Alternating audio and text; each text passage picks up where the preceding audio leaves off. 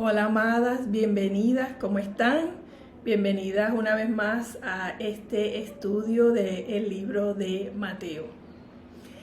En el verano pintamos mi casa porque es mi intención ponerla a la venta. La transformación que se logró con solo pintura es extraordinaria. La casa se ve espectacular. La grama del frente está verdecita y bien cortadita. Las orquídeas están hermosas. Y cuando llegas a la casa y la miras de frente, impresiona. Ahora, si yo no limpio mi casa por dentro y el comprador llega, todo impresionado con el exterior de la casa, y lo que ve al entrar es un mugrero, con basura en cada rincón, polvo acumulado en todos los muebles, telas de araña en cada esquina y una jungla sin forma en el patio de atrás. Se le va a transformar la buena impresión que traía a una no muy buena impresión. Entonces, ¿de qué me vale tener la transformación solo en el exterior de la casa? El valor y el atractivo exterior se pierde cuando ves la suciedad que hay por dentro. Y en el estudio de hoy, Jesús continúa enseñándole a sus discípulos y a la multitud a los pies de la montaña la diferencia entre vivir con un exterior transformado y vivir con la vida transformada de adentro hacia afuera, de manera radical y para el reino de los cielos. Hoy vamos a terminar el capítulo 5 y aprenderemos que Jesús transforma corazones de manera radical. Y esa transformación radical va a impactar, número 1, la primera división, lo que pensamos acerca de la justicia, versículos 17 al 20 del capítulo 5. Y número 2, la segunda división, cómo nos relacionamos con otros en justicia, los versículos del 21 al 48. Así que las invito a que abran sus Biblias al capítulo 5 de Mateo y oremos. Señor, te damos gracias. Te damos gracias por tu bondad infinita, te damos gracias por este nuevo día, mi Rey. Señor, te pedimos que llenes nuestra mente de ti, que transformes nuestro corazón de manera radical, Señor. Señor, que seas tú dando consuelo a las que están en duelo, sanidad a las que están enfermas, descanso a las que están agobiadas, mi Rey. Danos un corazón sediento por tu justicia, Señor. Refresca y transforma nuestro corazón como solo tú puedes hacer. Hazlo con tu palabra, Señor, que tengamos un deseo de estar en tu palabra todos los días de nuestra vida. Ayúdanos, Señor, a ir más allá de lo superficial. Te lo pedimos en el nombre de tu Hijo Jesús. Amén y amén. Amadas, el versículo 17 comienza con: no piensen que he venido a anular la ley o los profetas, ¿verdad? Jesús comienza con un no piensen, pues claro, porque Jesús conoce nuestros pensamientos y obviamente eso era lo que ellos estaban pensando. Cuando la Biblia habla de lo que es la ley y los profetas, se refiere a lo que nosotros hoy día conocemos como el Antiguo Testamento. Jesús les aclara desde el principio que Él no se está oponiendo a los mandatos que Dios le había dado al pueblo de Israel. Dice, no he venido a anularlos, sino a cumplirlos.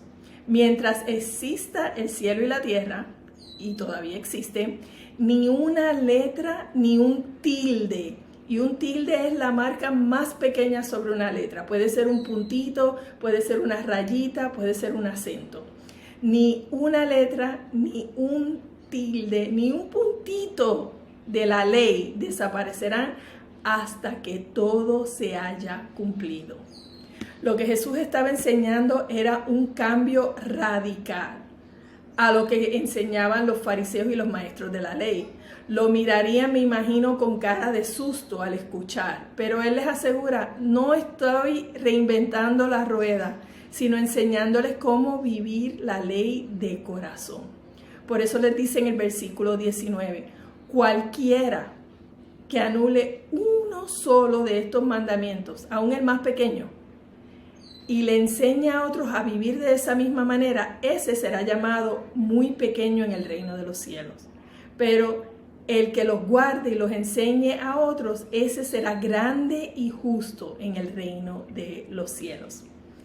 Porque les digo que no van a entrar en el reino de los cielos a menos que su justicia supere a la de los fariseos y los maestros de la ley. Y me puedo imaginar la cara de los que estaban escuchando eso, que qué justicia que supere a los fariseos, a los maestros de la ley. Imposible si ellos son los líderes religiosos que se dedican a cumplir la ley. ¿Cómo voy yo a ser más justa que ellos? Ante el pueblo judío, la justicia de los fariseos era como el frente de mi casa, impresionante. Pero la realidad es que detrás de esa apariencia no había justicia. Entonces, ¿qué es la justicia de Dios? Es estar bien con Dios, estar en una buena relación con Dios. Y lo difícil no es la definición suena muy fácil. Lo difícil es nuestra falta de justicia. Romanos 3:10 dice, no hay justo ni aún uno. No hay quien entienda, no hay quien busque a Dios. Todos nos hemos desviado. Mientras yo me compare con los demás, siempre voy a tener una buena medida de autorrespeto y me puedo hasta alentar yo misma porque conozco a alguien que es peor que yo. Pero el estándar de justicia no está en mi vecina, sino el estándar de justicia perfecta está solo en Dios. Y ante ese estándar, amada, estamos mal, porque no hay justo ni uno solo, ¿verdad? Pero Dios, en su bondad, y Dios que entiende nuestras fallas, nos ha provisto su propia justicia, que es perfecta, y nos la da gratuitamente cuando ponemos nuestra fe en Jesucristo como nuestro Señor y Salvador. Eso se llama justificación, ese proceso. Jesús no está tratando de anular la ley de Moisés, sino que quiere anular las falsas interpretaciones de la ley, esas interpretaciones superficiales que estaban dando los fariseos y los maestros de la ley. Entonces, ¿qué aprendemos de esta porción de las Escrituras? Aprendemos que Jesús define la justicia y transforma corazones de manera radical. Jesús define la justicia y transforma corazones de manera radical. Él enseña la verdadera justicia de Dios. ¿Por qué? Porque Jesús quiere corazones transformados por la justificación y no exteriores impresionantes con un interior esbaratado, feo, sucio. Cualquiera que anule uno solo de los mandamientos y le enseñe eso a los demás será llamado pequeño, dice la palabra. Entonces, ¿de qué manera tú y yo nos estamos viendo tentadas a anular, a disminuir, a cambiar uno de los mandamientos de Dios? ¿Hay alguno que te parece menos importante? Tenemos que vivir de manera radical para el reino de los cielos, de acuerdo a los mandatos y los estándares de Dios y no a los mandatos y los estándares de tu vecina, ni siquiera de tu iglesia, sino de Dios y de su palabra. Tenemos que ser intencionales en cómo vivimos y vivir de acuerdo a lo que Jesús nos ha enseñado en su palabra. Entonces miremos la segunda división. Jesús tomó 6 mandatos importantes del Antiguo Testamento y los enseñó y profundizó para que podamos aprender cómo relacionarnos con los demás en justicia. Una vez Él ha transformado nuestro corazón. Y esa transformación siempre es de manera radical. Y nos muestra cómo podemos vivir así sin alterar el estándar de Dios. En el versículo 21 comienza con una serie de ustedes han oído, que es lo mismo que Dios les dijo, pero ustedes han oído porque ellos no tenían acceso a la Biblia como tenemos tú y yo y la podían leer, sino que los maestros de la ley y los fariseos le leían las escrituras y ellos lo que conocían era lo que ellos les enseñaban. Entonces, ustedes han oído de los maestros de la ley y yo les digo, me imagino que ahí cuando escucharon eso, ahí ejerce su autoridad como Dios y me imagino que ellos deben haber dado un paso atrás. Y yo les digo, ¿verdad? ¿Qué les digo? Han oído decir, no mates, y eso es correcto. Y si lo dejamos así, todas, creo yo, todas estamos bien, porque no hemos matado. Pero Él va más allá, ¿verdad? No es solo que podamos ver los mandamientos y hacer una marca en esa casilla. No mates. Muy bien, check, esa la tengo bien, no he matado. Pero Jesús no lo deja ahí en el acto físico, sino que va a los motivos del corazón. Los fariseos tenían una lista de acciones externas que eran pecado y enseñaban que cualquier cosa corta del homicidio estaba bien. Mientras tú no llegues a ese punto de matarlo, está bien. Y Jesús, que mira la actitud de nuestro corazón, los corrige, dejando claro que los que tienen intención de matar en el corazón también pecan. El que se enoje, el que insulte o maldiga a su hermano, hecho a la imagen y semejanza de Dios igual que tú, quedará sujeto al fuego del infierno. ¿Verdad? Y va del enojo al insulto, que es despreciante, es despreciar a la otra persona, y de ahí va a maldecir. Vemos que va escalando.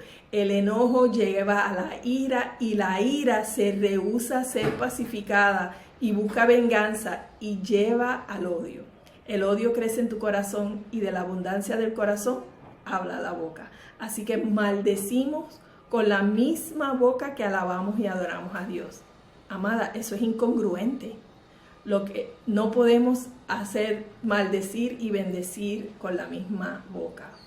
Lo que pensamos de los demás, de las demás personas, debe reflejar nuestra relación con Dios. Jesús no está diciendo que la ira y maldecir a alguien es igualito que si lo matara, sino que ambas están mal. La ley condena a ambos. En versículo 23, por lo tanto, si estás presentando tu ofrenda y te acuerdas que tu hermano tiene algo contra ti, deja la ofrenda allí y ve y reconcíliate con tu hermano. Eso es más importante, tu reconciliación. Y luego vuelve y presenta tu ofrenda. Practicar la reconciliación es esencial y el perdón es un regalo de Dios, como hemos visto en semanas anteriores.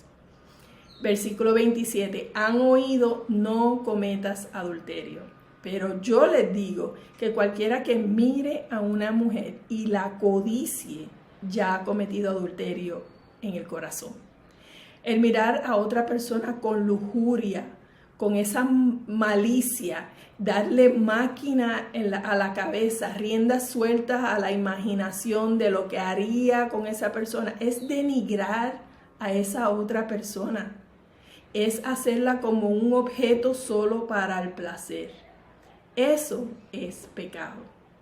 Jesús no está diciendo que el acto físico del adulterio y el adulterio en el corazón son la misma cosa, sino una vez más, ambos son pecados y ambos están prohibidos.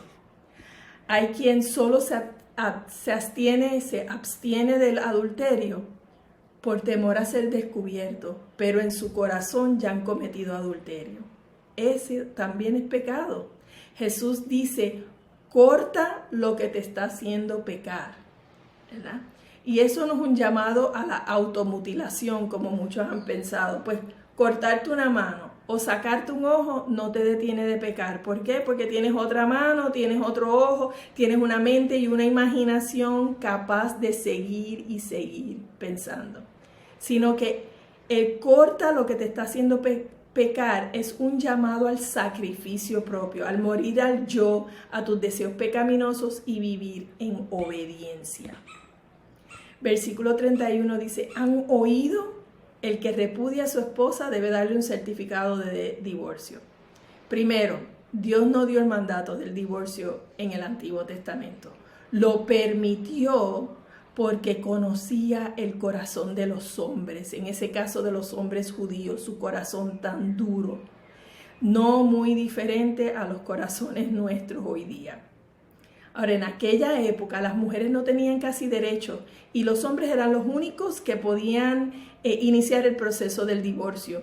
Y según los líderes religiosos, según lo que ellos enseñaban, lo podían hacer por cualquier razón. Si te cansas de tu esposa, ya te aburrió, divórciate y ya. Y la mujer divorciada quedaba desahuciada, sin poder volverse a casar, sin ayuda para mantenerse. Así que, ¿qué crees tú que podría hacer ella para sobrevivir? ¿A qué se podía dedicar para sobrevivir si no se podía casar? A la prostitución quizás, más denigrante aún. Y Dios en su bondad le da este mandato que si se divorcian, le tienen que dar a la esposa un certificado de divorcio y ese certificado protegía a la mujer y le permitía volverse a casar. También decía que si ella se casaba con esa otra persona y esa persona se divorciaba de ella, ella no podía regresar a su primer esposo. Ese mandato, ese acto hacía que el hombre lo pensara 2 veces antes de pedir el divorcio. Jesús les dice, han escuchado de los maestros de la ley que si te cansaste de tu esposa le puedes dar un certificado de divorcio y ya. Pero yo les digo que excepto en el caso de inmoralidad sexual, ustedes como hijos de Dios deben buscar mantener la santidad del matrimonio. Lo que Dios ha unido que no lo separe el hombre. No se pueden divorciar simplemente porque se cansaron de su esposa. Todo el que se divorcia, a menos que sea por infidelidad, comete adulterio si se vuelve a casar, ¿verdad? Y ahora yo, esta servidora, les dice, el divorcio, el homicidio, el odio hacia los que son diferentes a nosotros, la codicia, amar a tus hijos, amar tu tiempo más que a Dios, amar a tus hijos más que a Dios, o amar tu tiempo más que a Dios, usar su nombre en vano. Todos esos son pecados y todo comienza en el corazón, con un mal pensamiento y con un motivo del corazón erróneo. Ahora, si tú has recibido a Cristo como tu Salvador, has reconocido que eres pecadora y lo que mereces es muerte y que Dios es santo, santo, santo y por ende no se puede relacionar contigo, pero Dios, por amor a ti, resolvió ese dilema enviando a su Hijo único, Jesucristo, a morir en tu lugar y a derramar su sangre por cada uno de tus pecados. Si tú entendiste eso y viniste a Él en arrepentimiento, Él ya te redimió de la esclavitud al pecado y perdonó todos tus pecados, los pasados, los que cometiste hoy y los que vas a cometer en el futuro. Y restableció tu acceso al Padre. Si lo has recibido como tu Señor, entonces Él es el Rey de tu vida y tú te riges por las ordenanzas del Rey. Y cuando te arrepientes, Él te recibe con los brazos abiertos. Ha perdonado todos tus pecados, no porque tú te lo mereces, no porque yo me lo merezco, sino porque a Él le place. Jesús continúa su instrucción. No juren por nada para afirmar que lo que están diciendo es cierto. Tu conversación siempre debe ser honesta y tu carácter como el de Cristo, con integridad y la verdad de frente. Los fariseos no juraban por Dios, pero casi. Juraban por Jerusalén, y por el cielo, que representaban a Dios. Hoy día juramos por Dios como si eso no fuera nada. Y Jesús dice, no jures por nada, ni por Dios, ni por tu madre, ni por la tumba de tu abuela. No hay necesidad. Si tu palabra no es suficientemente válida para que te crean, examina tu carácter, amada. Cuando tú hablas, tu sí debe ser sí y tu no que sea no. Cualquier cosa que le añades proviene del enemigo. Un sí y un no. Proverbios 10:19, que por cierto es la fecha de hoy, un día muy importante. El que dice, el que mucho habla, mucho yerra, y el que es sabio frena su lengua. No hables más de lo necesario. Versículo 38 nos dice, y han oído ojo por ojo y diente por diente. Yo les digo, resistan al que hace mal, al que les haga mal. Si te dan una bofetada en la mejilla derecha, vuélvele también la otra. La ley original, esta ley original está en Levítico 24 y Dios la dio para proteger a la gente de forzar al ofensor a pagar más de lo que la ofensa merecía y también para que la gente no tomara la venganza en sus propias manos. Jesús lo lleva ahora a una actitud del corazón.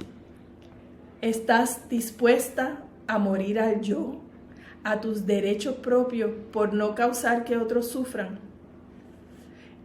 Y él aquí habla del aspecto personal de tu vida.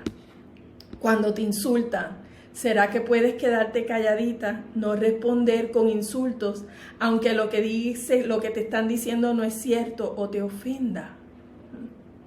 Eso es dar la otra mejilla.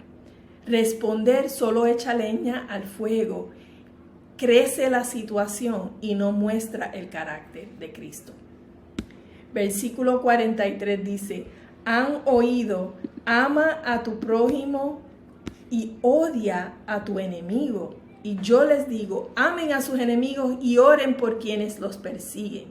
Primero, la ley de Dios nunca dijo que odiáramos a nuestros enemigos, como enseñaban los maestros de la ley. Jesús nos dice, eso lo hacen hasta los no creyentes. ¿Cómo son ustedes diferentes? Nosotros debemos ser diferentes.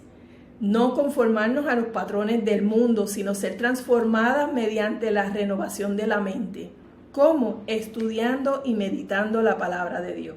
Así podremos comprobar que la voluntad de Dios es siempre buena, agradable y perfecta, como nos dice Romano.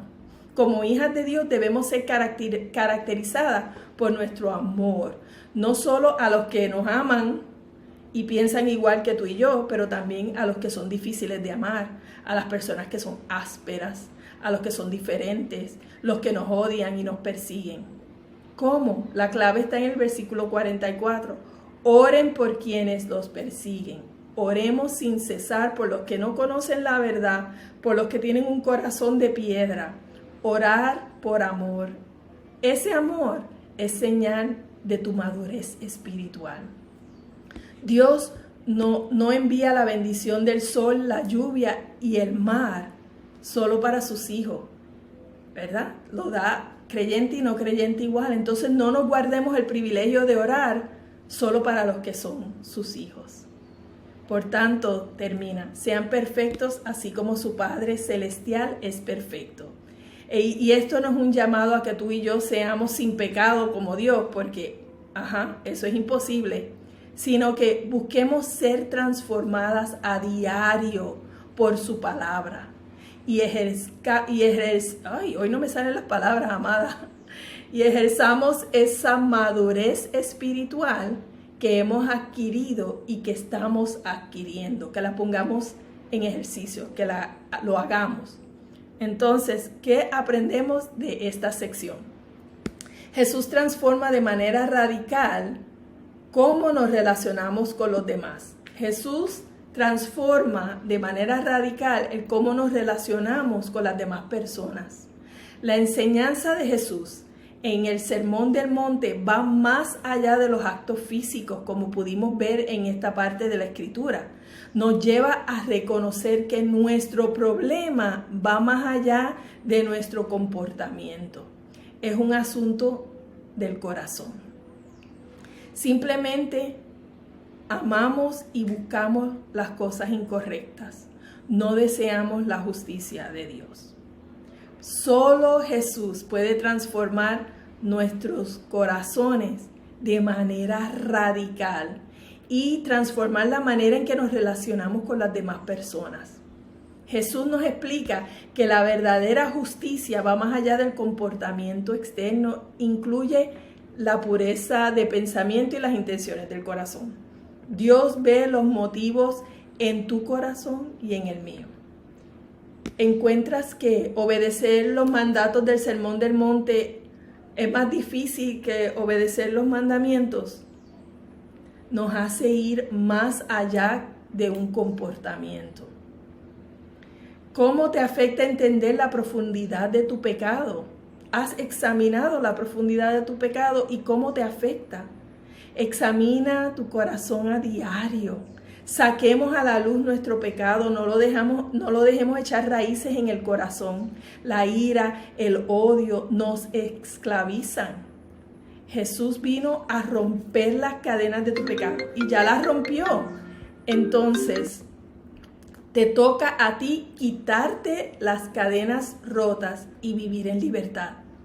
Él tiene un plan perfecto que satisface nuestra gran necesidad y mantiene sus estándares perfectos de justicia.